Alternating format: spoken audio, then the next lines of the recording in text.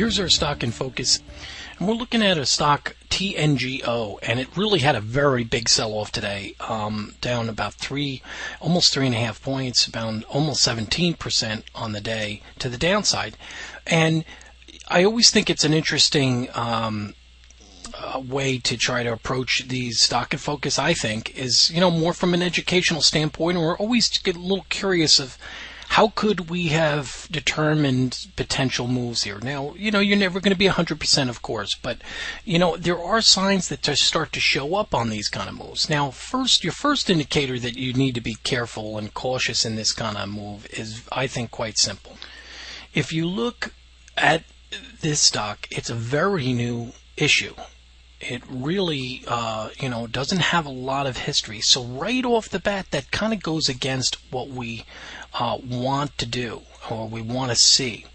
Also, if we drew the trend line, as you can see, we pretty much get every low very, very close to it. There's a little margin of error, but for the most part, we hit some very important points here along the way, starting from the low. And you could have even made that a little steeper here, hitting these, and you could see how you even got some of the incidental moves here taking place in those bounces there. But you could see how it kind of flattens in both directions for both trend lines here. But as you start to see this kind of make a very big move off the lows, you could say a lot of times you got to say, well, okay, here's 11. The price of 11, it's approximately where it opened. It's basically a double from that point. And a lot of times you'll see major resistance at a double of any stock here, and that's what we're seeing start to occur right here as you start to see this kind of really hesitate and not break much further here, and then starts to run sideways. Now, I think also some of the clear indications of this having some trouble is if we just look very simply on this, we see our 100-day moving average kind of coming in here and really holding the data.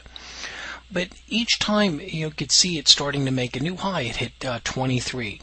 And then it goes through a pretty good correction. Okay, breaks through that 100, starting to show maybe hey, it's having a little bit tough time, but it still bounces off of that and really makes another high. To what price? 23 again. Then it comes back, tries to make another attempt higher and can't break that range, and then comes back and tests the 100 again. We see the other bounce off it, but what happens is we don't even exceed this other prior range or the prior high, and we still see it hold this 23 range, and it's not breaking it.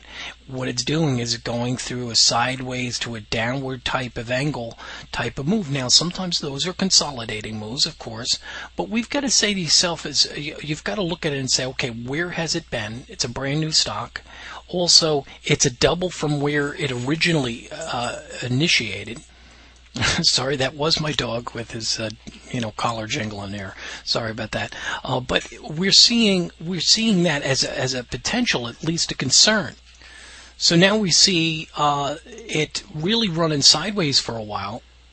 Now my dog wants to chew his bone here. I'm sorry if you hear the noise. Now, but what we're seeing here is this really just seeing this sideways action. You're seeing it fail again, and then several times breaking. It doesn't break 23. Each time you see it drop slightly lower, and then the last attempt here, it breaks under the 100-day moving average, showing some signs of potential trend weakening. And as you see, you're seeing prices just go sideways since May, and it hasn't progressed in any way. So we've had